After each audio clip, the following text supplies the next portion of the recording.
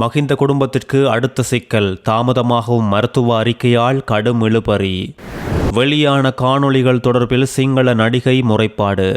திருகோணமலை புத்தரால் பிக்குவுக்கு சிறை, நீதிமன்றில் கடவுளே என கொந்தளித்து பாய்ந்த பெண்.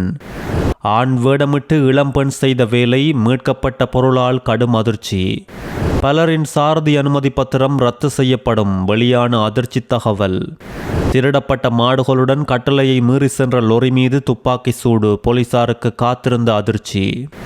மஹிந்த ராஜபக்சவின் குடும்பத்தினரில் ஒருவர் விடாமல் குற்றப்புலனாய்வுத்துறை, நீதித்துறை என ஏறி இறங்கி வரும் நிலையில் முன்னாள் ஜனாதிபதி மஹிந்த ராஜபக்சவின் மகன் யோசித ராஜபக்ச, அவரது பாட்டி டெய்சி ஃபாரஸ்ட் ஆகியோருக்கு எதிராக சட்டமா அதிபர் தாக்கல் செய்த வழக்கு மீண்டும் ஒத்திவைக்கப்பட்டுள்ளது. குறித்த வழக்கை ஏப்ரல் 24 மீண்டும் விசாரணைக்கு எடுத்துக்கொள்ள கொழும்பு மேல் நீதிமன்றம் இன்று உத்தரவை பிறப்பித்துள்ளது. கொழும்பு மேல் நீதிமன்ற நீதிபதி ரஸ்மி சிங்கப்புலி முன் இன்று பணமோசடி தடுப்பு சட்டத்தின் கீழ் குற்றம் சாட்டப்பட்டு தொடரப்பட்ட வழக்கு விசாரணைக்கு எடுத்துக்கொள்ளப்பட்ட போது குறித்த உத்தரவு பிறப்பிக்கப்பட்டுள்ளது. பிரதிவாதிகள் சார்பில் முன்னிலையான அரசு வழக்கறிஞர் ஆக்ஸ்வால்ட் பெரேரா பிரதிவாதியான டெய்சி ஃபாரஸ்ட் விசாரணையை தாங்கும் அளவுக்கு மனரீதியாக தகுதியானவரா என்பது குறித்து கொழும்பு நீதித்துறை மருத்துவ அதிகாரி மூலம் கோரப்பட்ட நிபுணர் மருத்துவ அறிக்கை இன்னும் பெறப்படவில்லை என்று நீதிமன்றத்தில் தெரிவித்துள்ளார். தொடர்புடைய விசாரணை அறிக்கை கிடைக்கும் வரை வழக்கை விசாரிக்க வேறு திகதியை வழங்குமாறு அவர் நீதிமன்றத்தை கோரியுள்ளதோடு முன்வைக்கப்பட்ட கருத்துக்களை பரிசீலித்த நீதிபதி வழக்கை ஏப்ரல் 24 மீண்டும் விசாரிக்க உத்தரவிட்டுள்ளார். ஆண் போன்று வேடமிட்டு போதைப்பொருள் வியாபாரத்தில் ஈடுபட்ட பெண் இப்பொழுது கைது செய்யப்பட்டுள்ளார். கழுப்பாளம் டிலு என்ற பெயரில் போதைப்பொருள் கடத்தலில் ஈடுபட்டு வந்த பொரலஸ்கமுவ பகுதியை சேர்ந்த 30 வயதுடைய பெண் ஒருவரை பொரலஸ்கமுவ பகுதியில் வைத்து மேல் மாகாணத்தின் வடக்கு போலீஸ் குற்றத்தடுப்பு பிரிவால் கைது செய்யப்பட்டுள்ளார். குறித்த பெண்ணிடமிருந்து 150 லட்சம் ரூபாய் பெறுமதியான ஹேஸ் மற்றும் ஹுஸ் போதைப் பொருட்கள் கைப்பற்றப்பட்டுள்ளதோடு கைது செய்யப்பட்ட பெண் தனது தலைமுடியை வெட்டி ஆண் போன்று வேடமணிந்து கழுப்பாளம் டிலு என்ற பெயரில் போதைப்பொருள் கடத்தலில் ஈடுபட்டு வந்துள்ளமை போலீசாருக்கு அதிர்ச்சியை கொடுத்துள்ளது. இலங்கையில் அண்மையில் நடந்த சோதனையில் அதிகளவான பேருந்து சாரதிகள் போதைப் பொருட்களுக்கு அடிமையாக இருப்பது உறுதி செய்யப்பட்ட நிலையில் போதைக்கு அடிமையான சாரதிகளை சேவையில் இணைத்தால் பேருந்து உரிமையாளர்களின் வாகன அனுமதி பத்திரம் ரத்து செய்யப்படும் என்று அமைச்சர் பிமல் ரத்நாயக்க கடுமையான எச்சரிக்கையை விடுத்துள்ளார். அது மட்டுமல்லாது எந்த ஒரு சந்தர்ப்பத்திலும் போதைப் பொருட்களுக்கு அடிமையான சாரதிகளை சேவையில் ஈடுபடுத்தவே கூடாது என்று எச்சரிக்கை விடுத்துள்ளார். இலங்கையின் சிங்கள பிரபல நடிகை பேசானி ஏக்கநாயக்க சமூக ஊடகங்களில் தன்னை குறிவைத்து பரப்பப்பட்ட போலி பதிவுகள் மற்றும் காணொளிகள் குறித்து குற்றப்புலனாய்வு துறையில் முறைப்பாடு பதிவு செய்துள்ளார். இன்று முறைப்பாட்டை தொடர்ந்து வெளியே ஒரு காணொளி செய்தியில் பெசானி மோசடியாக உள்ளூர் செய்தி வலைத்தளத்தின் லோகோவை பயன்படுத்தி நதுன் ராஜபக்ச என்ற நபரால் இந்த போலி பதிவு உருவாக்கப்பட்டதாக தெரிவித்துள்ளார். குறித்த போலியான செய்தி நதுன் ராஜபக்ச என்ற நபர் ஒரு செய்தி வலைத்தளத்தின் லோகோவை பயன்படுத்தி ஒரு போலி பதிவை உருவாக்கியுள்ளார் என்றும் இதற்கு பின்னால் அவரது நோக்கம் என்ன என்று தனக்கு தெரியாது என்றும் இந்த விஷயத்தில் எந்த தொடர்பும் இல்லை என்று வலைத்தளமும் மறுத்துள்ளது. சிஐடியிடம் சமூக ஊடகங்களில் இந்த பதிவை இட்டவர்கள் பகிர்ந்துள்ளவர்களோடு சகல ஆதாரங்களையும் தான் சமர்ப்பித்துள்ளேன் என்று நடிகை தெரிவித்துள்ளார். சமூக ஊடகங்களில் போலி பதிவை பகிர்ந்தவர்கள் மற்றும் கருத்து தெரிவித்தவர்கள் மீது சட்ட நடவடிக்கை எடுக்கப்படும் என்று நடிகை பெசானி ஏக்கநாயக்க மேலும் தெரிவித்துள்ளார். முன்னாள் ஜனாதிபதி கோட்டபாய ராஜபக்சவுக்கு குற்றப்புலனாய்வு திணைக்களத்தில் முன்னிலையாகுமாறு அழைப்பு விடுக்கப்பட்டுள்ளதாக உத்தியோகபூர்வ தகவல்கள் வெளியாகியுள்ளது. கோட்டபாய ராஜபக்சவை எதிர்வரும் 13 விசாரணைக்கு வருமாறு சிஐடி அழைத்துள்ளதோடு அறகலைய போராட்டத்தை தொடர்ந்து கொழும்புக்கு அருகில் அமைந்துள்ள ஒரு வீட்டுத் தொகுதிக்கு சொந்தமான பல வீடுகளை பல நபர்களுக்கு சட்டவிரோதமாக ஒதுக்கிய சம்பவ பின்னணி மற்றும் அதனோடு தொடர்புடைய விடயங்கள் குறித்த விசாரணைக்காக கோட்டபாய ராஜபக்ச அழைக்கப்பட்டுள்ளார். குறித்த சம்பவம் கோட்டபாய ராஜபக்ச பாதுகாப்பு செயலாளராக இருந்த நேரம் நடந்ததாக தெரிவிக்கப்படுவதோடு இது குறித்த எழுத்துப்பூர்வ அறிவிப்பு கடந்த 6 அனுப்பப்பட்டதாகவும் தகவல்கள் வெளியாகியுள்ளது. திருகோணமலை புத்தர் சிலை விவகாரம் குறித்து பலாங்குடை கசப்ப தேரரோடு சேர்த்து குழுவை எதிர்வரும் 11 வரை தொடர்ந்து விளக்கமறியலில் வைக்குமாறு திருகோணமலை நீதவான் நீதிமன்றம் இன்று திங்கட்கிழமை உத்தரவிட்டுள்ள நிலையில் சிங்கள பெண்ணொருவர் நீதிமன்ற வளாகத்தில் கசப்ப தேரரே நீங்கள் பௌத்த மத கடவுள் என கத்தி கூச்சலிட்ட சம்பவம் பரபரப்பை ஏற்படுத்தியுள்ளது.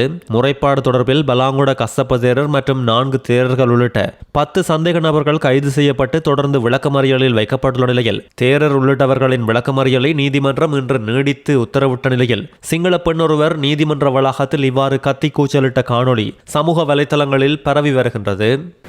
தற்போதைய அரசாங்கம் மக்களுக்கு வழங்கிய வாக்குறுதிகளை நிறைவேற்ற தவறியுள்ளதோடு மக்கள் போராட்டங்களை ஒடுக்குவதற்காக அவசரகால சட்டத்தை ஒரு கருவியாக பயன்படுத்துவதாக ஐக்கிய மக்கள் சக்தியின் நாடாளுமன்ற உறுப்பினர் முஜிபுர் ரஹ்மான் குற்றம் சாட்டியுள்ளார். ஆனால் அண்மையில் ஆளும் கட்சியின் அமைச்சர் ஒருவர் ராஜபக்ச ஆட்சி போல் ஒருபோதும் அனுர அரசு மக்களை கட்டுப்படுத்த அவசரகால சட்டத்தை பயன்படுத்தாது என்று கூறியுள்ளமையும் இங்கே சுட்டிக்காட்ட வேண்டியது.